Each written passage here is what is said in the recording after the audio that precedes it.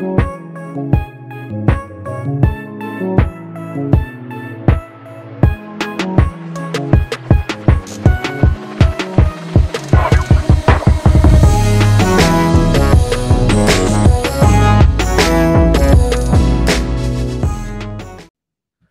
to another episode of the No Ceilings Podcast. I am Tyler Metcalf, joined as always by Tyler Rucker. Rucker, 2 days. We're almost there. How are you doing? 2 days, Metcalf. I'm feeling pretty excited. I never thought this week would get here, and now that it's here, it just, you wake up a little earlier each morning. You don't need the alarm clock, and feel like coffee's kind of irrelevant at this point because I just have chaotic energy going left and right. How about yourself, Metcalf? How are we doing? Are we holding up? Can you sleep well at night? I last night I slept like a good 40 minutes. Shout out, Buddy the Elf. So how are you doing? I'm fantastic. I had the best night of sleep I've had in weeks. I took a little melatonin. I laid down in bed at like 8:30, passed out like an old man, got a solid 9 hours. Haven't gotten that much sleep in ages. It feels like just yesterday, though, that we were forming this whole No Ceilings group, and now we are, almost just under a year past that, and 56 podcast episodes in, about what feels like 8 million words written on every single prospect in this draft. Draft guide, an incredible following, the best fans in the world. It's been pretty surreal.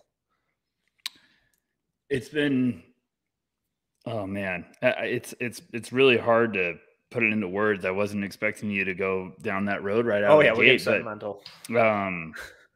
It's just been so fucking cool. Like and we're not faking it. It's just every day I'm like, gosh, this is just awesome. Like getting to interact with everyone in the draft community, even just the NBA community, like talking to basketball fans, talking to writers, analysts, everything, just people that love the game. And we get to do this all the time. I get to talk to Metcalf. Like, for everyone listening, like, I've met one guy in person on our No Ceilings team. Like, that's how crazy this year's been. Like, I've only met Albert face to face. So me and Metcalf doing 56.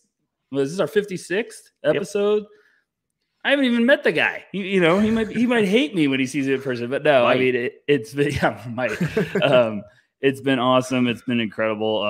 And we've said it a million times, but thank you guys all for listening. And it's been worth it. It's been worth, me hammering home Monster Energy drinks at 12 a.m. so I can make sure I write this piece, or me having my 8th cup of coffee to make sure I watch some more film. I wouldn't recommend it to anybody else because those are some really weird nights, but thank you guys for everything. I'm very excited for year 2, and the No Ceilings crew, for everyone listening, you guys have been rock stars this year. Metcalf, you've been an animal, and I'm so fucking pumped for the draft. I mean, that's why I don't know how you slept last night. I was just staring at the ceiling like, what's Sacramento gonna do? Is it Jaden Ivey or Murray? Like, I'm so pumped. There's gonna be so much chaos. So, how are we feeling, Metcalf? We didn't have a little vent today. We're gonna answer some fan questions. I just want to kind of have some fun. We just want to get some thoughts off our chest, have some rants. Make some bold predictions, have some hot takes, address some betting line changes, and then, just interact with a lot of really interesting questions that we got on Twitter for our mailbag. So I just kind of want to kick it to you. Where do you want to start with this? Is there a rant you have? Is there a hot take you want to make? Is there just some bold proclamation you want to make? The floor is yours. I don't want to start with a rant yet. I need to warm up a little bit, but let's talk about the line movement with Paulo, because a lot of people are freaking out about that. Also, we need to let's lay out a disclaimer first, folks. If you're listening, looking right at the camera, it is draft week. There is a lot of smoke. Everyone is lighting up smoke this week. There's a trade rumors galore. This is a music festival for trade rumors this week. This is the holy grail. Reporters are pumped up. People that love to spread rumors are hyped. This is their Super Bowl. Just be careful. Everything you read, be careful. If you get it from the legit people, like, take it with a bit of a grain of salt. Like, it's amazing how many rumors. We're on Tuesday. It's amazing how many rumors I read today. And just like This guy doesn't want to go here. This guy potentially is getting traded. This guy's, I mean, it was unbelievable today. I was like, this is incredible how fast it was. And tomorrow it's going to get just a match is going to be thrown on a powder keg of gasoline. So that's the disclaimer we have to talk about. But the Paulo movement we have to talk about because, you know, if you're like me, if you're like some of us degenerates, you pay attention to the spreads in Vegas. And I don't really take too much concern into like the odds for specific picks. I like to watch like the over-unders when it comes to like, okay, where's the draft range? You know, if a guy's projected to go around the 20th, 20 and a half or something like that, then I'm like, okay, that's interesting. But what I'm getting at is Paulo was a massive underdog about a day and a half ago. And now he's the second favorite to be the first overall pick. Metcalf, what was your reaction? Are you thinking this is just smoke galore? Or do you think Orlando's up to something? Do you think Houston's trying to do something? And I must say, it was the odds to be the first overall pick. Not just saying being selected by Orlando. It was odds to be the first overall pick. My reaction to that was that Duke alumni have a lot of money and are very in on the Duke basketball program and saw a lot of value and couldn't understand why the 6'10" super skilled forward wouldn't be the number one pick. That was my initial reaction to it.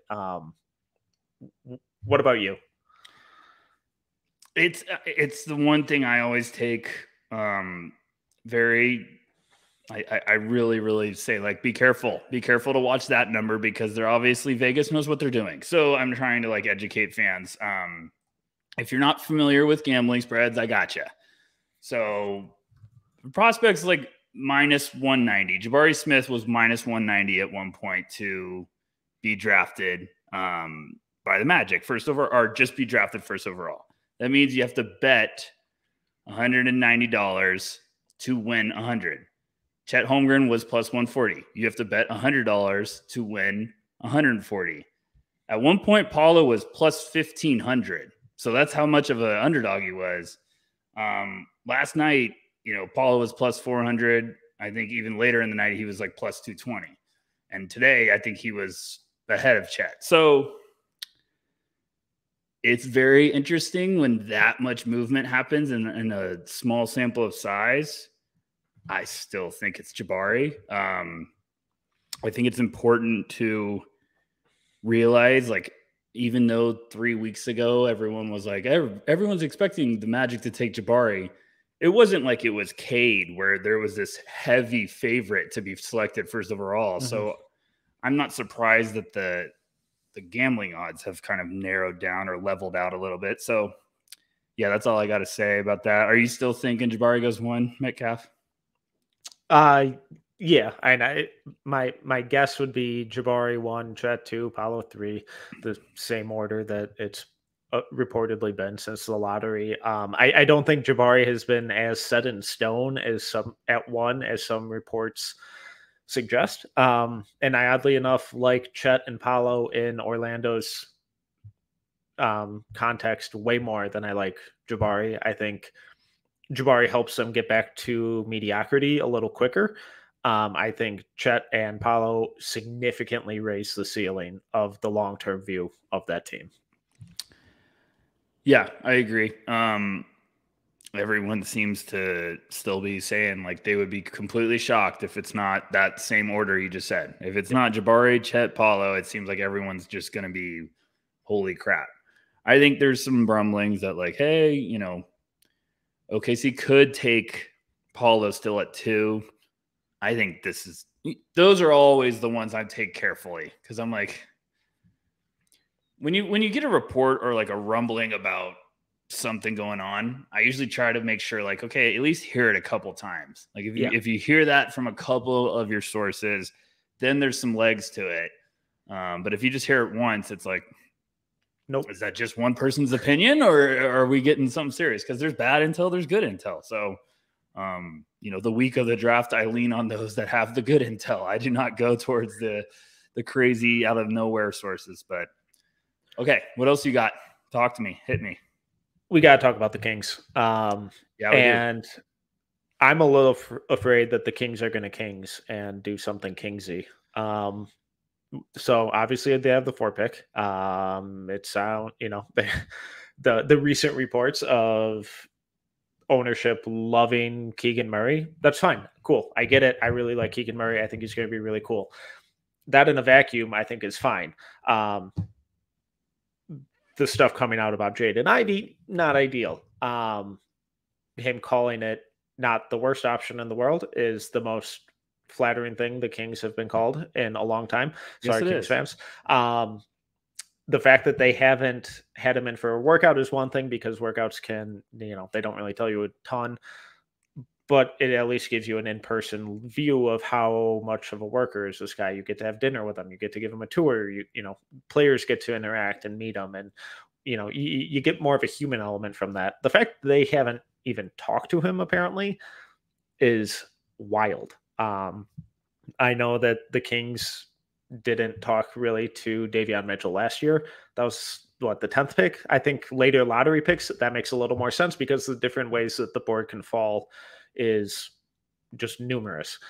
At number 4, you're expecting a franchise changer. You're expecting a cornerstone to take you into the future. You should be meeting with those guys. You should at least be talking with those guys, especially in a draft that has a pretty consensus top 3. Why are you not bringing in these guys? So if it's some weird, gamesmanship to try and, hype up the value for number 4, it feels weird. And it feels like they're going to go Keegan if they keep the pick. But now that we have trades from every corner of the NBA being leaked out of, what they're going to trade up for, and I don't really like any of them. So where are you at with the Kings right now? It's what I love about this week. What I love about, kind of the build up into Monday's kind of like light. It's like the Olympic torch. It's like lighting it and being like, okay, here we go. Buckle up. Like, cause rumors, news, everything's going to start just kicking into overdrive.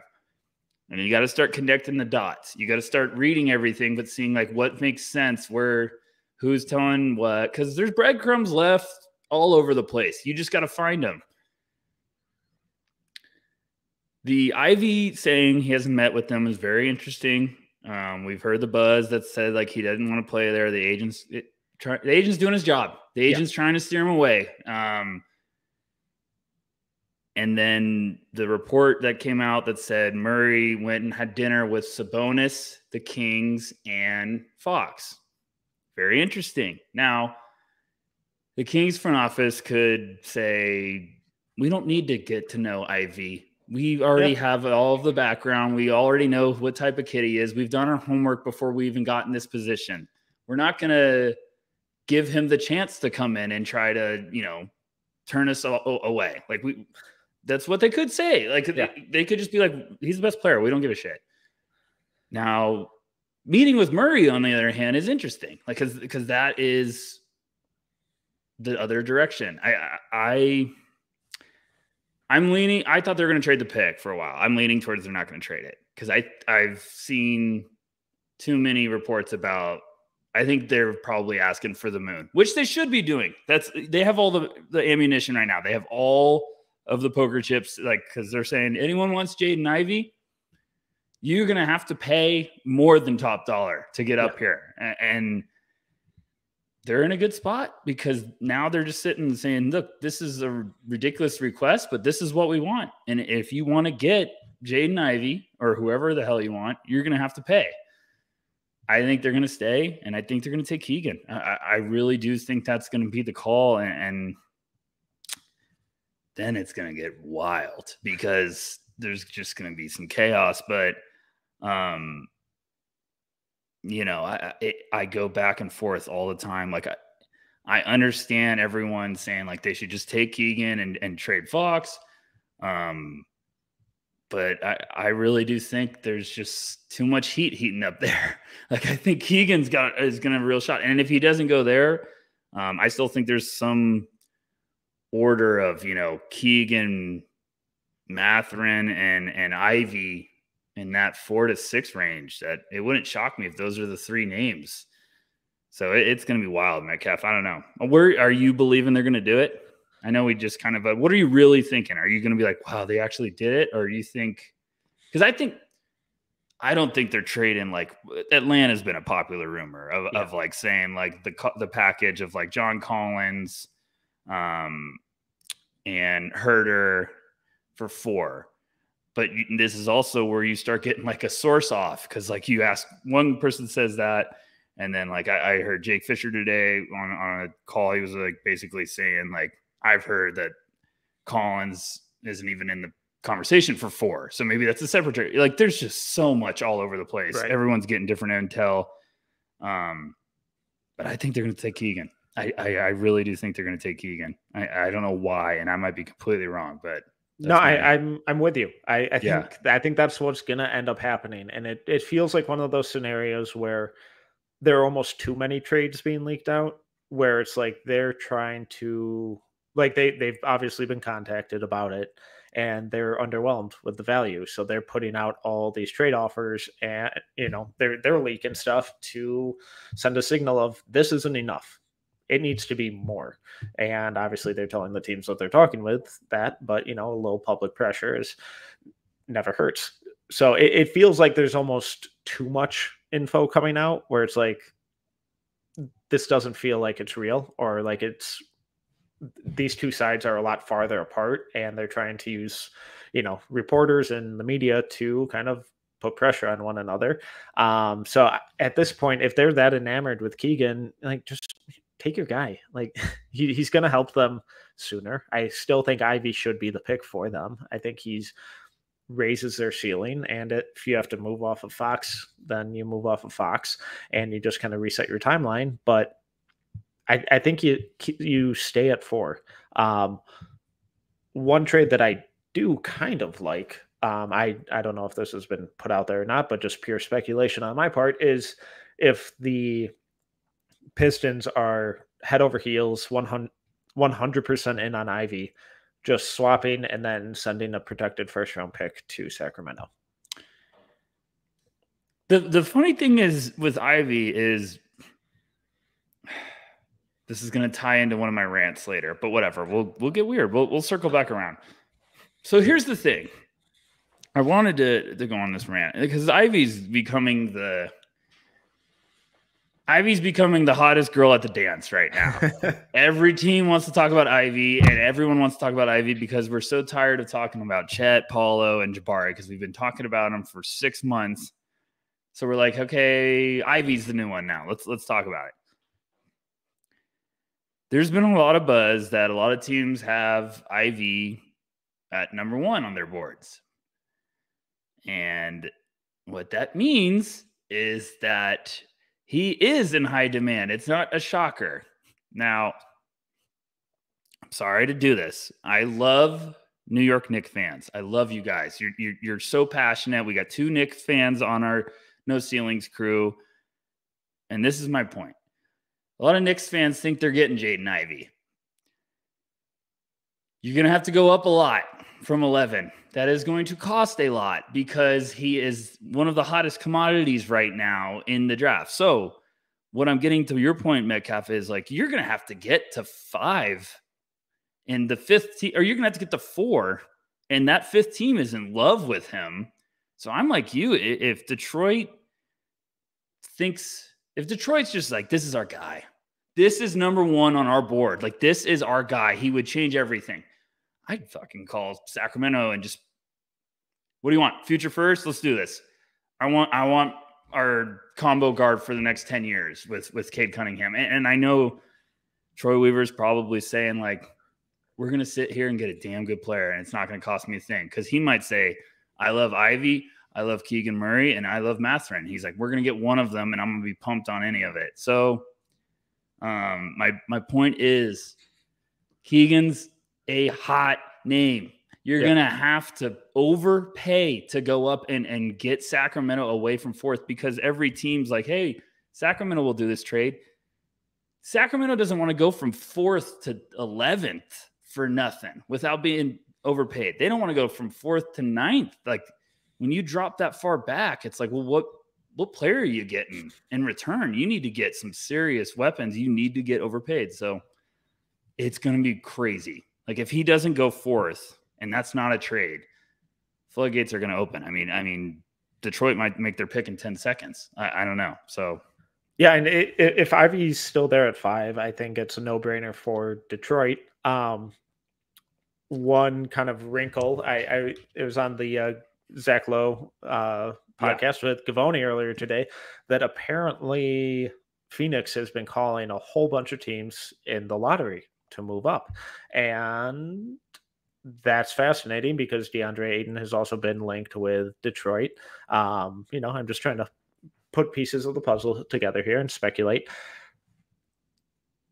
What would you think of some form of DeAndre Ayton for 5 if Ivy's on the board? What do you think would happen with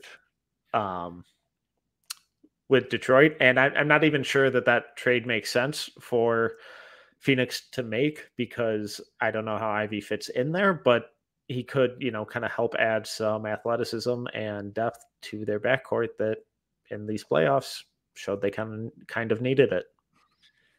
Yeah, that one's I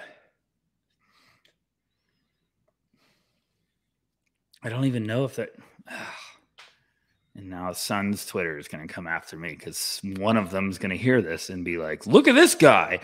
No, well, it's just like, does someone else fit that? Because I saw that rumor by Gavoni when he talked about the Suns were trying to potentially talk to New Orleans to like unload Cam Johnson, which I was like, hold on a second. Just so they could re-sign Ayton. Yeah, and I was like, hold on a bit. I don't know, because like does going up to 5 guarantee they would want Ivy, or do they go a different direction? Like, are they maybe saying like, hey, we'd like the idea of adding Keegan Murray? I don't know. It's wild. It's wild. When I saw Phoenix, I was like, hold on, Gavoni, let me have my coffee. Jeez, this is crazy. Like, I don't know, Metcalf. That's a good one. But that's also like what I'm talking about with, and I'm not saying Gavoni doesn't have sources. Like, calm down, everyone. I'm saying those are the wild card ones you just get out of nowhere this week where you're like, Phoenix 8, what are we talking about? And then you start seeing all these other teams. Like, this is my biggest point about this week. No shit, everyone wants to trade up or trade down. That's, if you're not trying to trade up or trade down, you're not doing your job. Like, there's not going to be a GM out there who goes, you know what? We're really good at sitting at 23. We don't really want to go anywhere. Like, they might call someone at 18 and they're like, we don't want to pick here. We want to go back. Like, yeah, he'd probably go up if they like someone. So everyone wants to trade up. Everyone wants to trade out. Everyone's looking to move around the board. Yes, there's always going to be rumors that there's a ton of trades going to happen. Yes, there's going to be drafts where that happens, and then all of a sudden no trades happen. It's just, that's what it's going to be. But what do you think? I mean, would you? I don't know if I'm a big Isaiah Stewart guy, so you're trying to get me in some trouble. But I don't know if I'm like, do you like Isaiah Stewart and Jaden Ivey better, or would you like Ayton and Isaiah Stewart? I think that answer is pretty. And I love Ayton. Yeah, so and I really like Ayton. I think he's a really good player, both based on where the Pistons are right now. And I know Ayton's obviously younger and all that nonsense. But that Cade Ivy pairing is so enticing and fascinating for me. Just having that combination of size, athleticism, scoring versatility, defensive potential.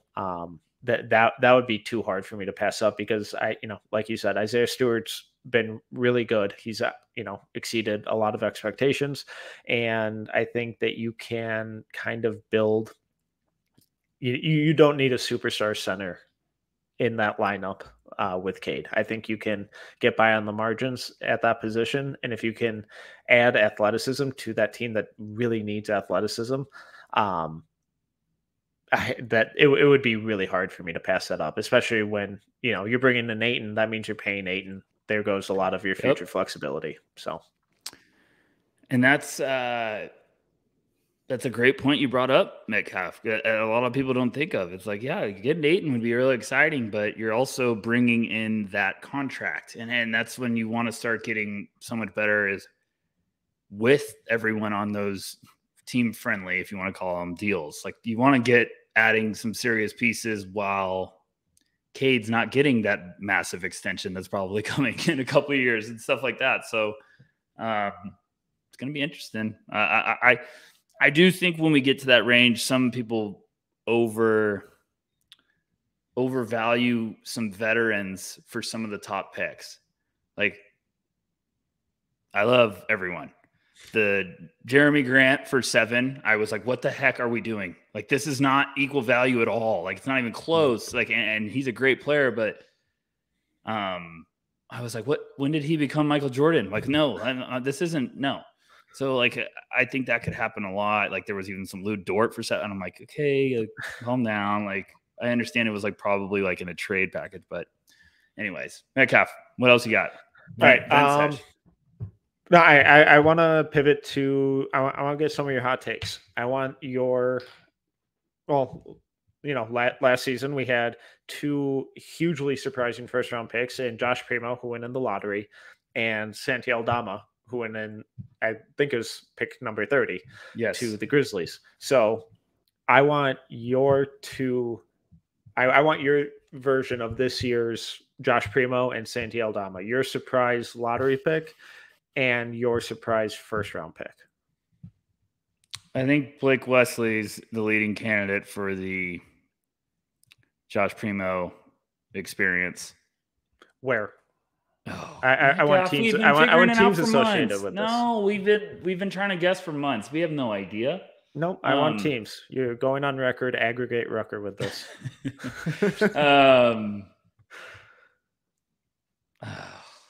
Okay, I'll give you my Josh Primo. I'm going to say Dalen Terry at 10 to Washington. You stole my curveball from you. Did you just listen to the Corey podcast we did on the draft deck with Albert? No, I can only handle so much of you in a week. Yeah, I understand. Trust me. I did the same exact one. Okay, I don't know where Blake Wesley would go, so I'm going to change my answer. But I do think he's going to shock everyone.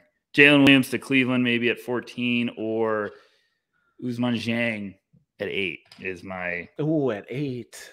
That feels at 8. Yep. Wow. You want the Josh Primo experience was I was on my couch and screamed at the top of my lungs like, "Wow!" It was just like I was shocked. I literally was screamed that loud, and it was not fake. It was just complete awe. I was like, "Whoa!" And then, so yeah, if Dieng went 8, I'd probably do that. But I've also heard he's got some fans at 8. So I've heard he's got some fans everywhere. I've heard he's got a lot of fans. He's got a lot of fans. Okay. Then my Santi Aldama, I'm going to say Caleb Houston at 22 to Memphis. I'm going to say Andrew Nembhard at 30. Ooh, I like it. 30. Yeah. Who's at 30 to Denver? Denver? That seems like a Denver pick. Why? Because he gives them a rotation guy that just plays good basketball for, 27 years.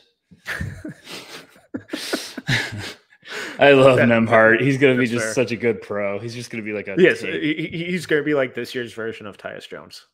Yeah, and I adore Tyus Jones. I think he's so freaking good. But he's going to be this just absolute ideal backup for 10 to 12 years. And he's going to play in a playoff series. No one's ever going to recognize anything he does, and he's going to get paid a rookie deal, and then probably a mid-level, and then like $10 million a year for 4 years on his third contract. And people are going to look and be like, he's making how much? It's like, yeah, because he's good. Exactly. Gosh, who do I want to talk about? Who else do you got? Who do you want to talk about? God, I mean, okay, so here I got an idea. Yes, I had a theory today. Okay, I like theories. And I'm not reporting anything. Aggregate them. But I'm connecting some dots. and you're going to like this one. Oh. I think if Mathurin and Dyson Daniels, who New Orleans is reportedly very high on both of those, and I saw a report that said they might try to move back if both of them are gone, which it's trending like it probably going to happen if Portland goes that direction at 7, which Sharp's getting some more steam there. But let's say Portland takes Daniels and Indiana takes Mathurin. I think Mr. Presti's going to go up to 8 and take Johnny Davis. Now, I haven't gotten told anything. I've just been reading a lot of stuff. I've been trying to connect dots. This is what I love to do. I love to read because everyone hints stuff. Everyone leaves some breadcrumbs, and all you got to do is just know where to look. And I'm not saying it's going to happen. It probably won't, but that's my idea. Is if Presti left with Chet at 2, he trades up from 12 to get to 8 and gets, Johnny Davis. Like, that's a heck of a combo. And then New Orleans might drop back and say, hey, either we get Zhang at 12 or AJ Griffin's still there maybe, or Sohan, or, another nice piece. Like, I just could see that because New Orleans is not in a position where they're like, they might be like, hey, we love 2 guys. Everyone else, we're kind of have them low on our board. Let's go back and still be not attached to this. So I don't know. That's my hot take. So why would, I'm just picking your brain here. Why would they go for Johnny instead of Shaedon Sharpe, who's been linked there a lot? Is that just, is the Shaedon Sharpe to OKC just noise because so rarely does OKC actually get linked with anyone? Yeah, I think it's noise. Is that so? Are you kind of treating that like I'm treating all these trade scenarios with Sacramento, where it's like it's just noise to distract from what they're actually going to do? I think it's noise. No one knows what Presti's doing. I mean, it's like trying to say that we know what Kawhi Leonard's thinking. No one knows. Kawhi Leonard doesn't even know. Like, so everyone being like, "Oh, he really wants Sharpe." A couple weeks ago, I was like, why? Because Presti has 900 draft picks in the next 5 years, and we're just suggesting that he wants to be like, oh, let me draft a guy that could be really raw just to get Victor. No, I'm not buying it. I love Johnny there. Well, I love Johnny almost anywhere, but I think that's the one no one's thinking of right now. I think if Presti said, hey, I'm going to leave with Chet, and then I'm going to get another dog and Johnny Davis, and then you leave with, like, you have some really fun backcourt youth to grow with. Shea, Giddey, Johnny Davis, and Chet. My fucking goodness. That is fun. That's nastiness. That is intangibles. That team will run through a wall every night, even if you're kicking their ass. They will still be coming right at you. And I think those are the guys you insert that combination of Chet and Johnny. That is a spark plug to your organization. That is like hey, okay, we got some warriors here that are going to fight. And I don't know. Me and you have been puzzled about the Johnny idea. And I'm like, someone's going to believe in it. Someone's going to go get him. And I'm starting to think it might be Presti. And like I said, I'm not suggesting anything. I'm just looking at the board and I'm like, this makes a lot of sense.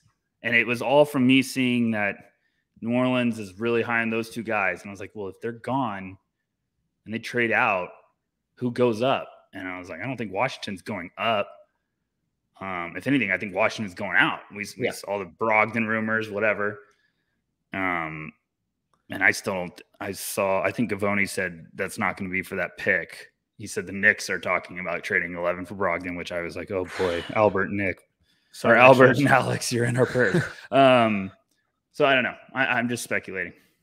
Yeah, and my hot take for the top 10 is that Johnny goes to the Pacers. But God, this one. If if the Thunder roster Trey Mann and Johnny Davis, I might just have to move there and get season tickets. I'll go with you. We can go for a season. I'm in. All right. Is there anything else that's just really bugging you that you need to get off your chest that you want to ask about, or do you want to dive into listener questions? I'm trying to get some buzz out there. What buzz have I heard? Chicago's been rumored to go. Chicago's been really rumored to go up. I don't know what, but I've heard them a lot. I've heard them trying to get in the top 10. I've heard them trying to just go up. I still wonder if maybe they're going to try to call Charlotte and get one of those, because I think they're trying to get a big. What else? I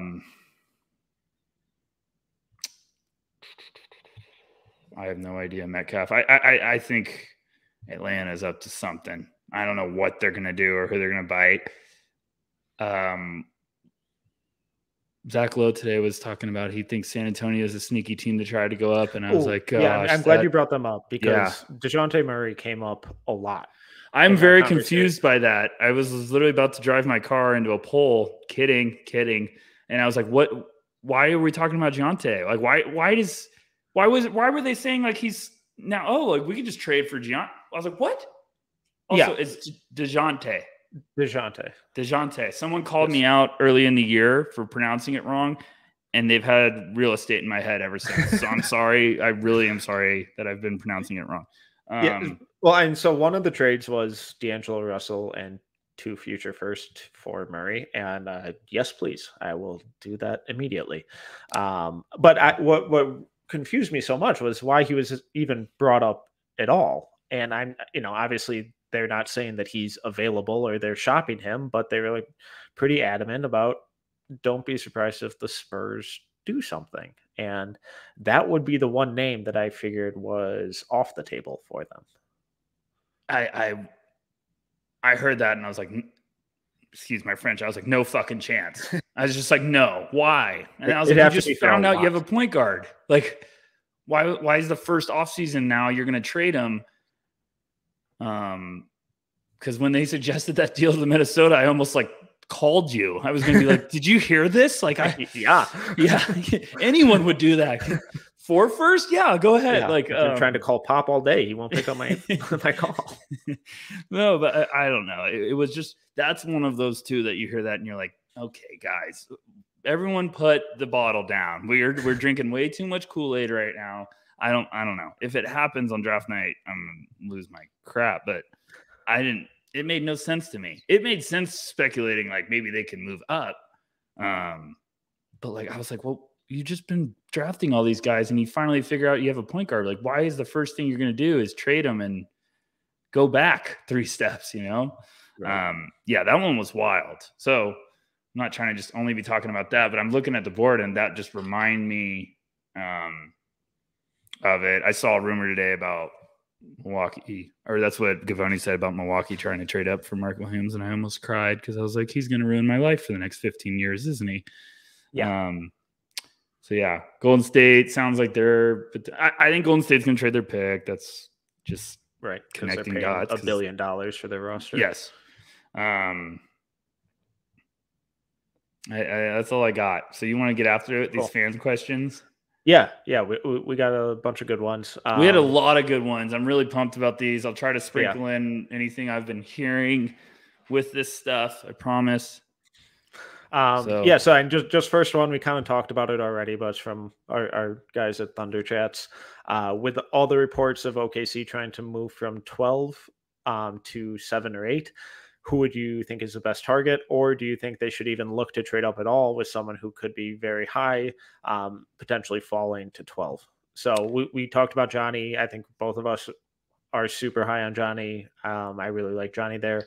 If they did trade up, I mean, Sharp's a name, but I would almost just rather wait at 12 to see if he fell. Otherwise, like maybe AJ Griffin at 8, but I don't know. Is there anyone for you? I've heard AJ's trending towards still. Yeah, he's not trending up. He's trending down. I think I think with that 12th pick, they're going to eye Sohan, Zhang. I'm telling you right now, I think the wild card's Johnny. I think it's going to be Johnny Davis. So I think if they trade up, it's because they're nervous that Zhang won't be there, which he might not be there, which is just unreal. That's how hot his stock has been. It's a weird position for them. Like, I don't think they're going to take Chet and then take like Mark Williams. No. Oh God, that'd be fun. It'd be really fun. But like, I think if you're going up, it's got to be for Johnny, Sohan. I don't know, Metcalf. Like, I guess Zhang. If you're just thinking like Zhang's, I don't know. If New Orleans wasn't in love with Zhang and they want him and they think San Antonio might take him, maybe that's what you're doing. But right. I'm sticking to my Johnny conspiracy theory. I hope I get it right because then I'm going to go buy lottery tickets. But what about you? What do you think? So it really seems like Zhang's going to be gone by the time 12 comes around. So Zhang or Johnny would be the two guys that make sense. Otherwise, just staying put and maybe going Sohan at 12 if he falls a couple spots. But God, it's tough. It is because, I have Mathurin lower, but he's going to go before 12 or probably 8 at this point. So it seems like if they want two of their top 6 guys or whatever, and only 2 of them are left at 7 or 8, and they're sitting at 12, they're going to have to move up to probably get them. And it seems like Zhang or Johnny might be those names because every mock in the world has Johnny going to the Wizards at 10 because they get to that spot and realize they haven't put Johnny anywhere. And it's like, oh, well, he should be gone by now. So let's just put him on Washington. And all the reports are, or rumors at least, are that Zhang has a lot of fans. So he's got some promise that I don't think he's going to be there. So right. So it could be them at 12. Yeah, or it could be Cleveland, someone right behind him, Cleveland or something like that. Here's what happens that I think Presti goes to work and tries to go up. Say it goes Jabari at 1, Chet, Paulo. I'll just say Ivy, Murray, and Mathurin. And then this is where it gets nuts. And then Sharp. If Sharp goes to Portland and you're looking at, Dyson and AJ and Sharp, Dyson, AJ, Johnny, then I could see him being like, we're going up. And even if Daniels went earlier or something like that. But if Sharp goes to Portland and throws kind of a curveball where the board's stacked, then I could see Presti trying to trade up. So. All right. Well, kind of feeding into that similar range. Next question is, and just I apologize for any and all pronunciation errors. Oh gosh, I can't wait for you to mess these up. So Ty Jagger maybe. Ty's a good guy. What are the best and worst fits for the Spurs among some of the prospects around 9th overall? Oh, here we go, Metcalf. Here we go. Give me your worst fit for the Spurs. Worst fit. Malachi Branham, Shaden Sharp. I don't really like there at all. Wait, you said Branham is your worst fit? I thought we liked Branham there like a month ago. I don't know. He just feels a little redundant with what they have at this point for me. I guess worst is aggressive. Shane Sharp is probably my least favorite fit there. I don't know. I like a lot of the guys who will probably be there for them. I honestly like a lot of them. My favorite fit, I don't care what anyone says. I like Johnny Davis there, and I like Mark Williams there. And it's rich for Mark Williams, but I cannot get that idea. And Sohan. Those are my favorite ideas. I still like Duren there. I still Yeah. I keep hearing Duren's not getting out of lottery, but no one can figure out who's going to take him. Right. But that's the buzz I've heard, is he ain't getting out of lottery, but no one knows who's going to take him. And I was like, because it's a tough draft for him and Mark, because if you don't go to a couple teams in the lottery, you're going to go later than you think. Like then all of a sudden Chicago opens up and it's going to be interesting. Yeah, and I love Johnny there. I really like AJ Griffin there. I like Dyson Daniels. I like Duren, Mark Williams. I even like Jang, even though I think he's going to be a disaster as a rookie. Long term, I like him there. I like Sohan there. So I definitely think the positives for them at 9 on who's probably going to be there definitely outweigh the negatives. Yeah, there's not a lot of guys I don't like there. I just weirdly I weirdly like the Sohan or Johnny. Yeah, I think they got a shot to get Johnny. But we'll see. Next up from Antonio Diaz, who would you guys pick for Miami at 27, given their current roster and its flaws? So it sounds a little more like draft for fit instead of upside. Although I don't think those are necessarily mutually exclusive. Where are you leaning? I can't get Max Christie out of my head there. I still like Justin Lewis there. I still like Max Christie there. You're never going to quit that one. No. Keels, Justin Lewis, Max Christie. The PJ Tucker news was very interesting. I was like, whoa, okay. So I don't know. But the team's going to be interesting. Like, are they going to try to move their pick? What's going to happen with Duncan Robinson? Are they going to look to – I don't know. Miami does a great job of seeing talent and unlocking it. Even if it's like undrafted, they're so good in getting undrafted guys. I still like Max Christie there a lot, Metcalf. I really do. And I know some people might not say it's like an immediate need for them, but I think they could unlock a dog if they got him. What about you? Yeah. Max Christie, Christian Brown. I really like Trevor Keels. You said I love the Peyton Watson idea there. Yeah.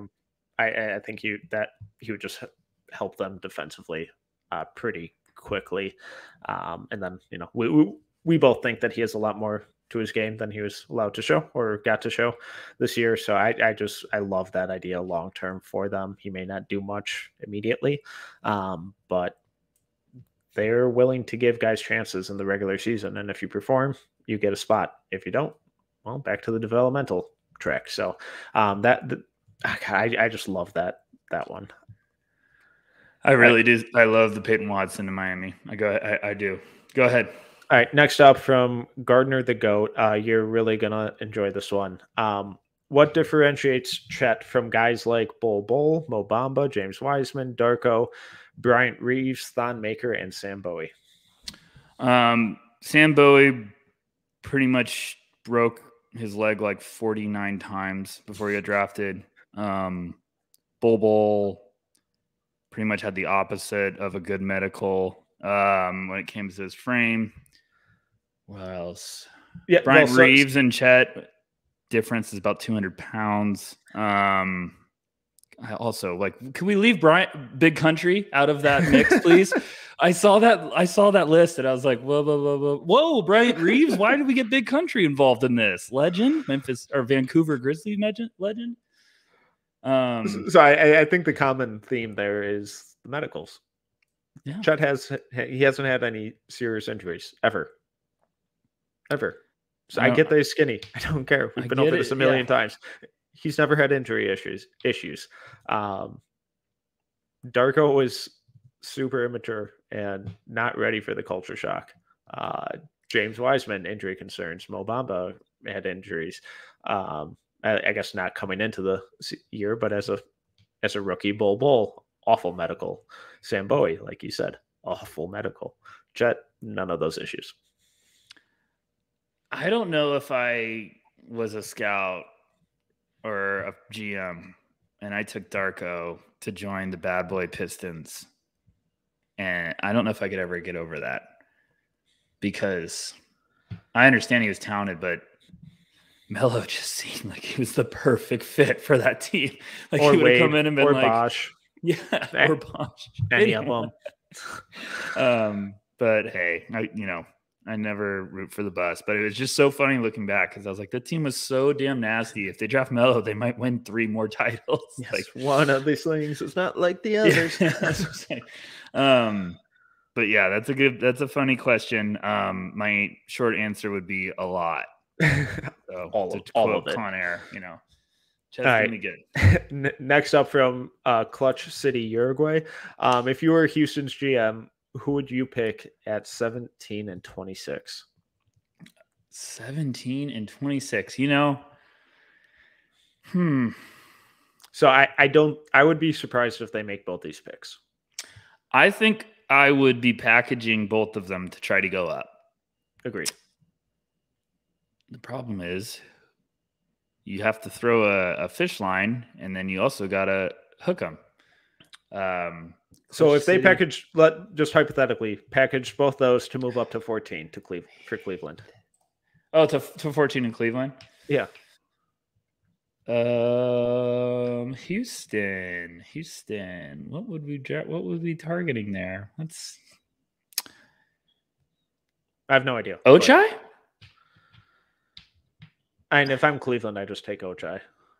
Yeah, I would too. But maybe Cleveland thinks Ochai falls. Mark Williams playing with Banchero? Start the revolution? Just Mark Williams, super pumped to clean up all of Paulo's defensive mistakes for another decade. Hey, best friends ever. I don't know. It would be very interesting. But let's just stay with the question. We're at 17-26. I would be, you know what? I would be trying to get,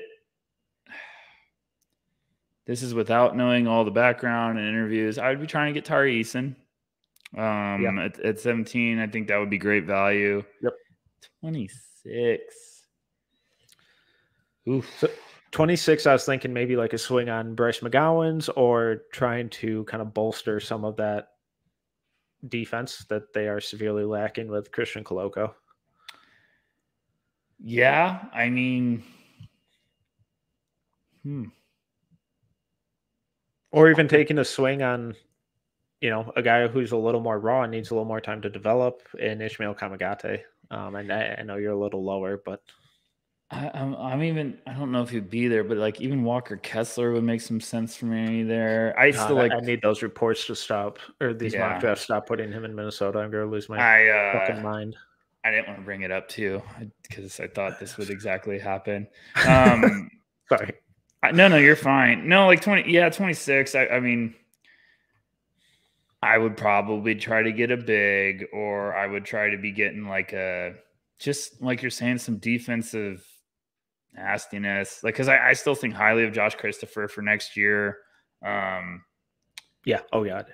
Yeah. But I like your idea of like Bryce McGowan's kind of rolling the dice there to get even some more depth in the wings. Like, I'm not just saying this, but like even I don't want Justin Lewis in Houston. That's not really great. Like Trevor Keels, it's not bad. Maybe rolling the dice on like Kendall Brown. I don't hate Musa. Oh God. Oh. Hey, God, if he goes that, I'm changing my answer from earlier from Santiago Dama Award to I'm changing it to Musa. Yeah, someone's gonna do it. He's gonna be a first. But talking about him, I'm very excited for him to not be.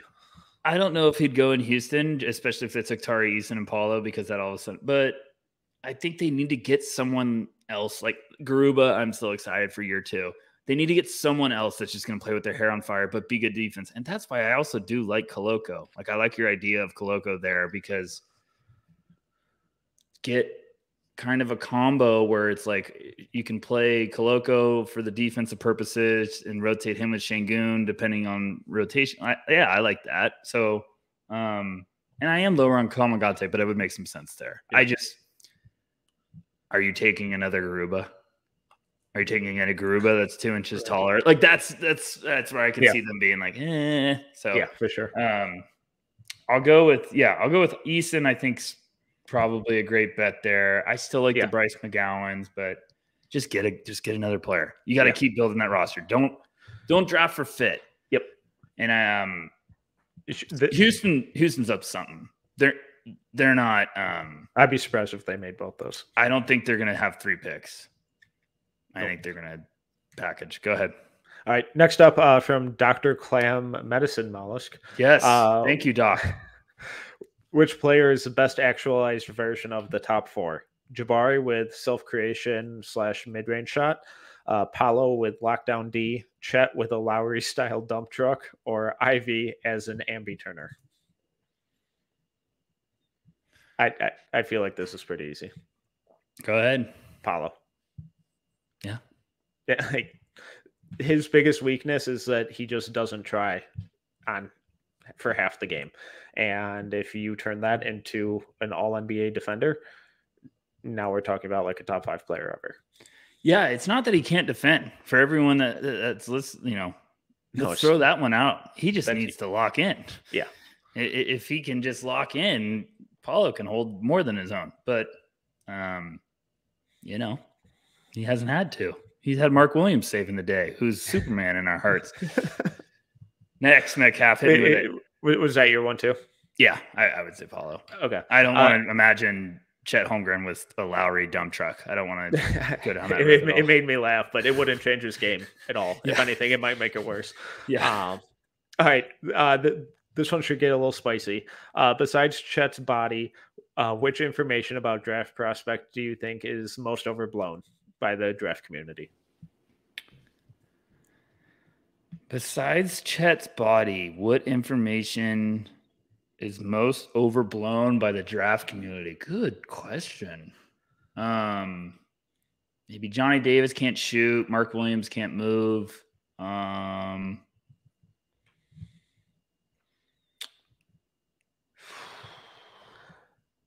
trying to just sign like a lot of them in my head right now. The Mark Williams' lack of mobility doesn't make sense to me. Johnny Davis's inefficiency, I have ranted about that at least a dozen times in the last month, and written 2,500 words on it. So go check those out. I don't need to be repeating myself. And then Jaden Ivey can only succeed with the ball. That has gained so much steam recently, and it makes zero sense. He plays so well off ball. I think he's fine off ball. I think he can play on ball. The on ball stuff obviously gives credence to the upside and the intrigue with him as being a top 4 guy. But the off ball stuff makes him a legitimate guy who can legitimately play right away. Jaden Ivey off ball. Keegan Murray's too old. Johnny Davis can't shoot. Mark Williams can't move. Ochai Abaji's too old. Where else do I go? I had one more. Kennedy Chandler's too small. I think those are all my favorite ones. I'm trying to find another one for the kicker. I got no other ones. Yeah. I think those are the main ones. Yeah. I think Keegan's the one that's pissed me off the most because I understand the age factor, but I don't think when you're evaluating guys, you try to find one thing to lean on as a weakness. And I think when you get to that, it's lazy. Give me something else. Like, because if I go, okay, what else? Then a lot of people would shut up. A lot of people are like, I'm like, he was a sophomore. What the hell did you expect of him? Like, he's a sophomore in college. Can he help that he was a year older? Shut up. So go ahead.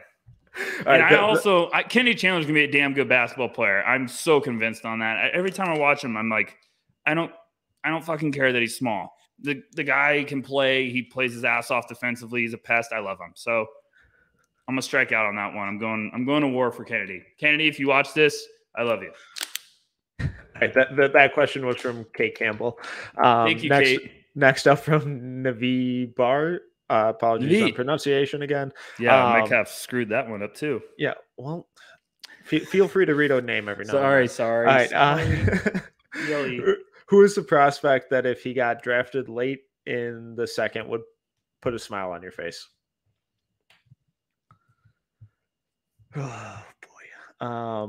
Well, late in the second's a tricky question because does that mean we're disappointed he got drafted late, or weren't expecting him to get drafted? I think it's a guy that we don't necessarily think will get drafted, but if he does, we're going to be pumped about it. Ooh, this is a good one. Man, Metcalf. Where are we at? Someone gave us a negative review for the mouse clicks. Yes, I saw you. So I keep muting myself every time I'm going to click the mouse. So sorry if I don't respond on time. I'm trying to be better, guys. How dare you? God, that was a really nasty one. Yeah. Like, I want to, what did he say? Stop with the mouse click. He wants to mouse clicks. I want to drive through a wall, or I want to put my head through a wall. And I was about to be like, click, click, click, click, click, click, click. All right. So I think my answer to this is I kind of think he might get drafted at this point, but Khalifa Diop. Really big fan of his.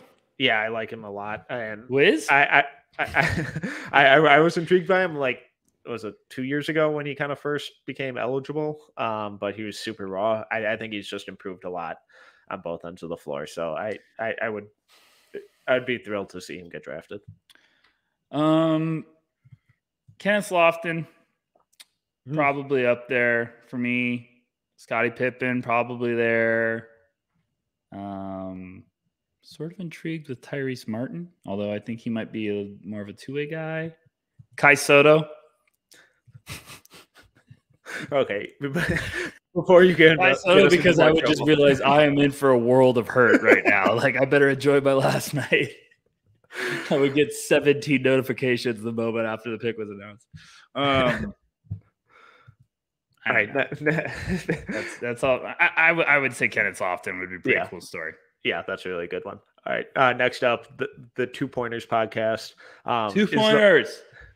This is the Hornets' best move on draft night to trade or stay put. My first answer to that is go back a couple episodes and listen to our conversation with James Plowright, covering everything Hornets. And I think it would make a lot of sense to trade. I think they should use both those picks to move up or out and get a player who can help them right away. I'm going to be different. I think they should keep them both. I think they should leave with the Mark Williams, Ochai Agbaji doubleheader and profit. I don't know. I don't know what that pick's getting. Yeah, I have no idea. I don't think it's getting Miles Turner. So you're going to have to package some stuff with that pick. So then you're losing assets, even if you're thinking like that's something they want to trade. Someone today suggested like they need to trade someone to sign Miles Bridges. I think that's not technically correct because Keith Smith, who does fantastic CBA stuff, he was like, that's not correct. They can re-sign Miles without trading anyone. I'm not saying I have the expertise on that, but Keith's usually pretty awesome with that stuff. I would keep both. Yeah. Get 2 upperclassmen. Get 2 guys. But they're old. So am I. I'm fucking kicking ass still. I mean, come on. Yeah. I don't know. I'm just being different. I think they're going to try to trade one of them. I hate when teams trade like, well, we can't take this. We want to get a vet. And then they trade for like something where you're like, why? You could have gotten that in the draft or in a better pick in the draft. Like, ugh. So I don't know. We'll see. Next up from Coach Roach or Coach Roche, if you're feeling fancy. Who makes sense for the Raptors at 33? I love this pick. I love this question because I am watching that Raptors selection like a hawk. So my immediate go-to every time is Christian Koloko. Koloko. I think he's dangerously underrated at this point. If Koloko's there, I don't think they'll pass him up. He's perfect. He's the perfect developmental piece. Musa, Diabate to the Raptors would be a dangerous world for the North. The North would fall in love with him really quick. Him and Scotty Barnes would be playing with their hair on fire. What about Peyton Watson? I would think they would jump all over that. I think they would 100%. If they took Peyton Watson, I might just do the biggest fist pump ever for Raptors fans, because that is get him there. That is the developmental piece. You just put him in a tank like Wolverine and let him develop, and all of a sudden just unleash him in year 2 or something. And woo, him and Scotty Barnes together on the court. My goodness. Anyone else, Metcalf, you're thinking of? I thought Ryan Rollins could be intriguing. Yeah, they're in a really good spot. They're going to get something. Wendell Moore, maybe. I think he still will go in the first, but Caleb Houston, if he's not going in the first. Trevor Keels, they're going to get someone that falls. Yeah, I think they'll have a lot of really interesting opportunities, not for a star, but just to kind of add some depth at a bunch of different positions. So, all right, next up from Shea Media, rank these players off of how polarizing they are. Jaden Hardy, Jeremy Sohan, Tari Eason. Polarizing they are. Do you have your answer? Yeah, so I think I'm going to go Tari, then Hardy, then Sohan. I think most people kind of have Sohan at least in the lottery, and then some have top 5 or higher. Hardy, it seems like a lot of people are kind of settling in with him at least top 25, and then you have the few outliers who have him top 7. Tari, I've seen as high as 5 and as low as second round. So I think there is a wide gap in kind of how Tari is being viewed right now and how people are reacting to, all of these pre-draft leaks or rumblings or whatever. I'd probably go Tari. I'd probably go Sohan and then Hardy. Really? You think Sohan's more polarizing? A little, just because I get his stock has been unreal throughout the whole pre-draft process. He's just on fire. I think teams are really obsessed with the idea that he can be, and he's really good defender. He's got the potential to be a heck of an asset. Every single fan base will be jealous of what Sohan can be for a team. He has the potential to be a copycat player where every team's trying to find the next Sohan to almost make that impact. I think we're also banking a lot on the shot. The shot is the swing skill. If it doesn't click, it's okay, well, he's still gonna make an impact, but if the shot never came around, Metcalf, and you took him 8th, would you feel good still? I'm just hypothetical. I'm just saying that's what I'm thinking. Yeah. Just because of what he can impact still.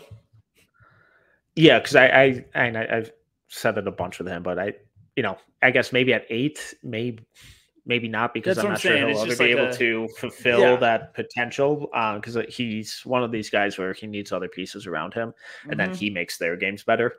So if he goes super early, he may not have the opportunity to do that, at least for a while. But if he went 8, was at the New Orleans.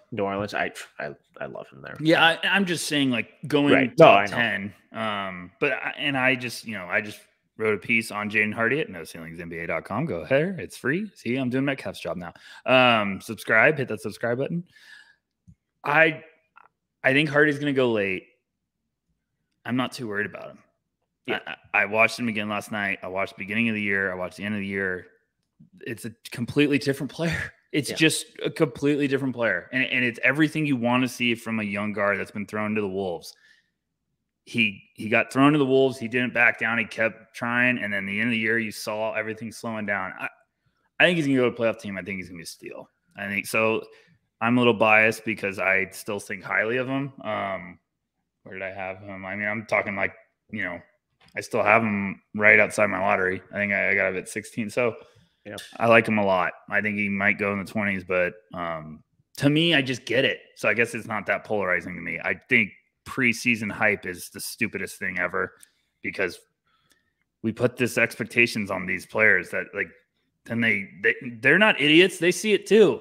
Like, oh, I'm getting projected as a top 5 pick. And then all of a sudden they get thrown a rude awakening and you crush their confidence. So I don't know.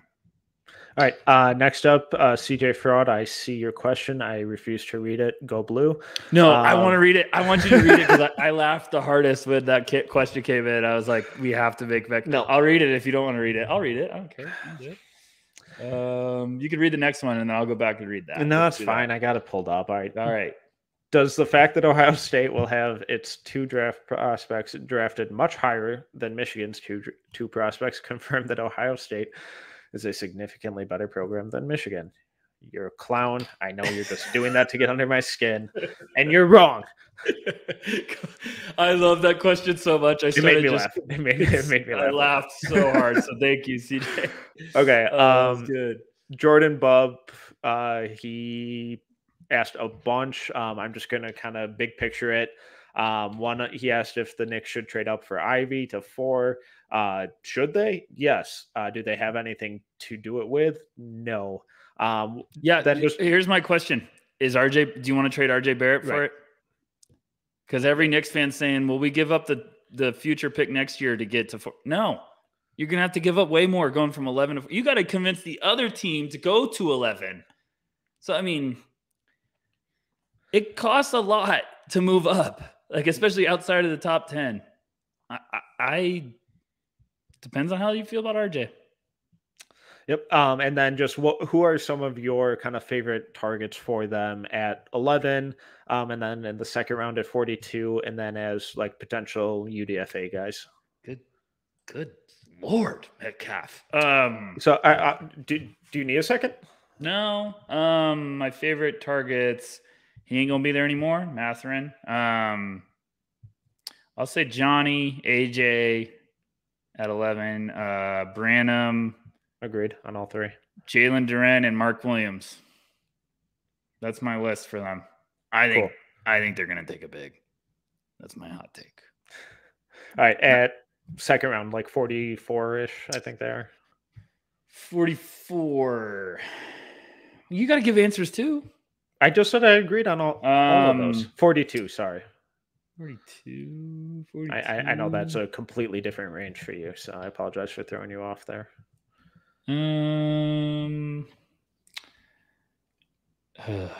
Justin Lewis, Wendell Moore. I don't think he's there. No. Nembhard, I'd be shocked if he's there now. I think Jabari Walker's an interesting Jabari would be a nice piece there. Julian Champagny, maybe, if they, depending on what they do it. Gosh, that might be a little early though. No, I mean, I don't know. I kind of think he'll be gone by then, but Montero, just kind of based on my board, he'll be gone by then though, right? I think if they took a wing, I would take Musa there. Yeah. If they took a wing at 12 or 11, I would think Musa would be a great little addition for that team. Kamagate. I don't think those guys are going to be it's crazy because I could see them being there easily. I think Wendell Moore is your dream. Yeah. Undrafted guys. Woo, here we go. Tevin Brown's the first name that jumps up for me. Vince Williams. I'm just kind of looking at guys who potentially provide more off-ball shooting, and if they spark, it could be, kind of a home run. Even a guy like Jaden Shackelford, I really like. Aminu Muhammad, maybe. He's kind of a Jayshawn Tate type of guard. If the shot if it comes around, there's a lot to like there, but that's a huge if. Gabe Brown for me probably be there. I think Isaiah Mobley still deserves to get drafted, but someone would be very smart to throw him a 2-way because I think him spending some time in the G League could potentially get a serious haul for some team because he's just a heck of a smart player that doesn't need to score a ton to get an impact. Orlando Robinson, maybe.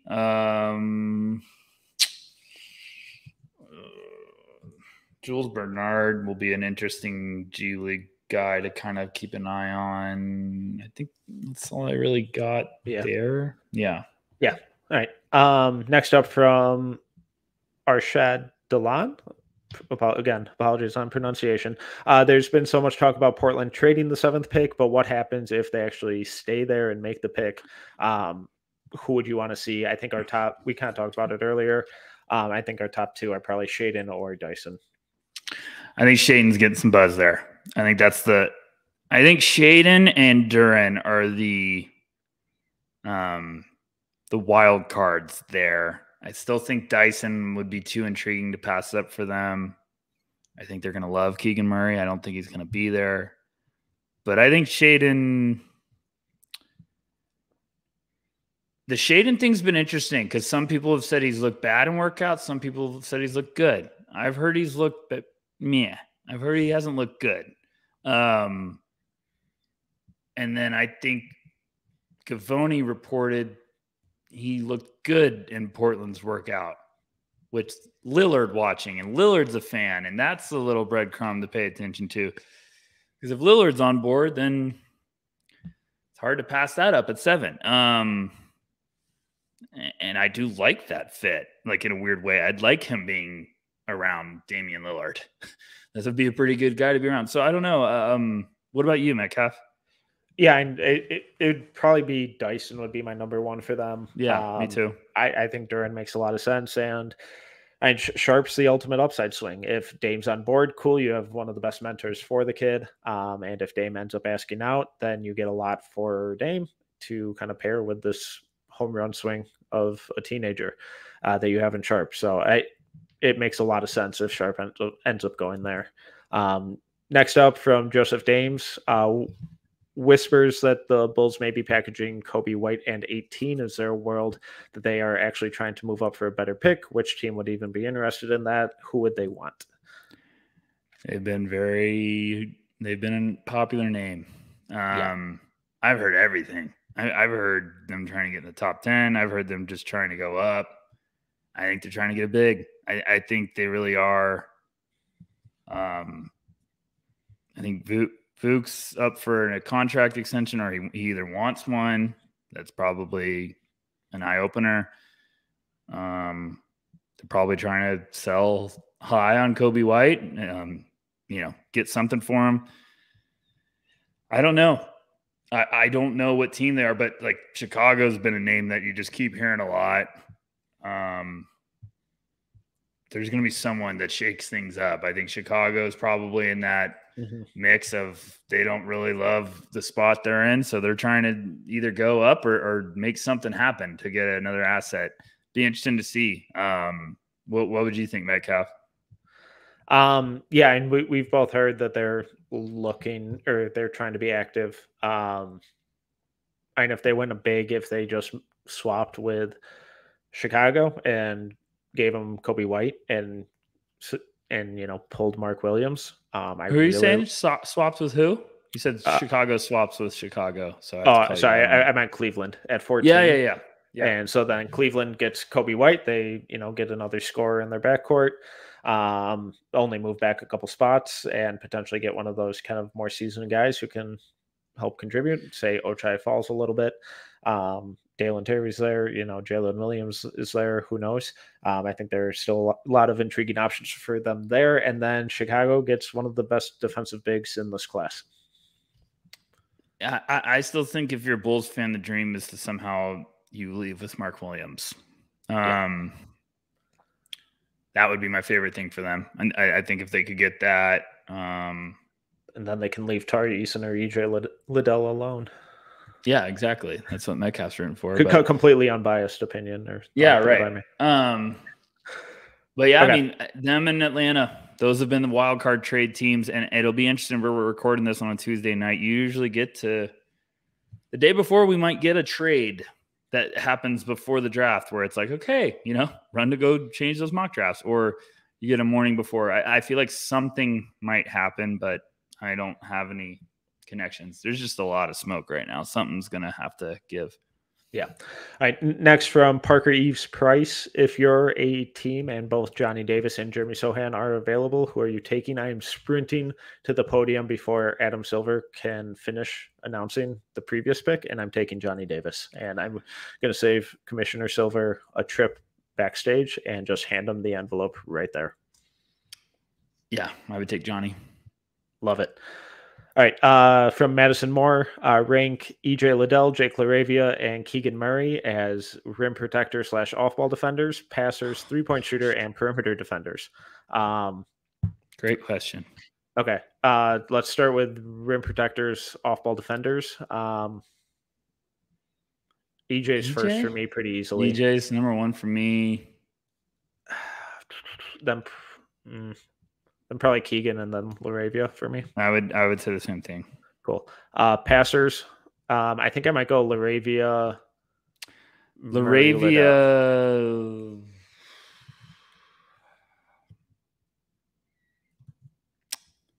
This is my problem. Is I think Murray's a better passer than people think. Did you say Murray second or third? Second.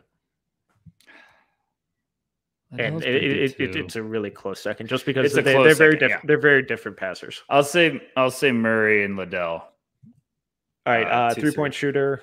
I think I go Murray, LaRavia, Liddell. Murray, yeah, same for me. Perimeter defenders. I don't know. Maybe Liddell, Murray. I don't know. I might go LaRavia, Liddell, Murray. And it's very close on all those categories with all those guys for me.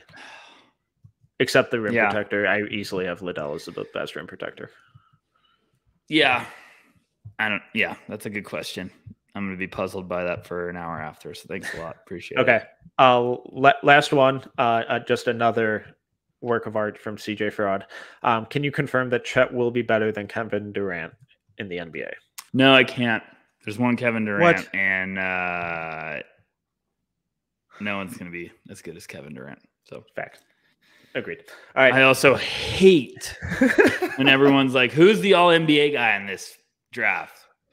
Probably if I knew that, I probably, This will probably be a draft where he comes at like pick 11 or something. Yeah.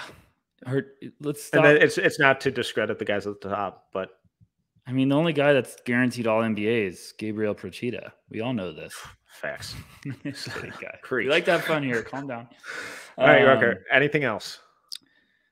No. My head's just spinning. I just feel like I've heard so much crap or stuff the last 48 hours. I'm trying to process it all, but man. Metcalf, what a ride this has been. I couldn't be more excited for Thursday, so thanks for doing this all season. Thank you guys all for listening. We get some fun stuff, and we get some fun stuff after the draft. But the draft stream, make sure you tune in on Thursday. We're going to have some real fun. Some funny stuff in the developments. It's going to be a real wild ride. And good luck, Metcalf, to your T-Wolves with the 19th pick. I hope gosh, they're going to take Walker Kessler, aren't they? I'm going to have a meltdown if they do. But he is Tyler Rucker. You can find him on Twitter at Tyler_Rucker. I'm Tyler Metcalf. You can follow me on Twitter at TMetcalf11. You can find our draft guide and merchandise at NoCeilingsNBA.BigCartel.com. All of our written work at NoCeilingsNBA.com. While you're there, just hit that subscribe button. It's completely free. You can follow us on Twitter at NoCeilingsNBA and follow us on YouTube at NoCeilingsTV, where we will be having a live stream during the draft. We will be starting during the pre-show at 7:30 Eastern and running all the way through the end of the draft. Come hang out. We're going to have a lot of fun. And your support has meant the world to us this year. It has truly been incredible. So just come enjoy with us one of the best nights of the sports calendar. So if you enjoyed this episode, please make sure to subscribe, leave a review, and a 5-star rating. Until next time, see ya.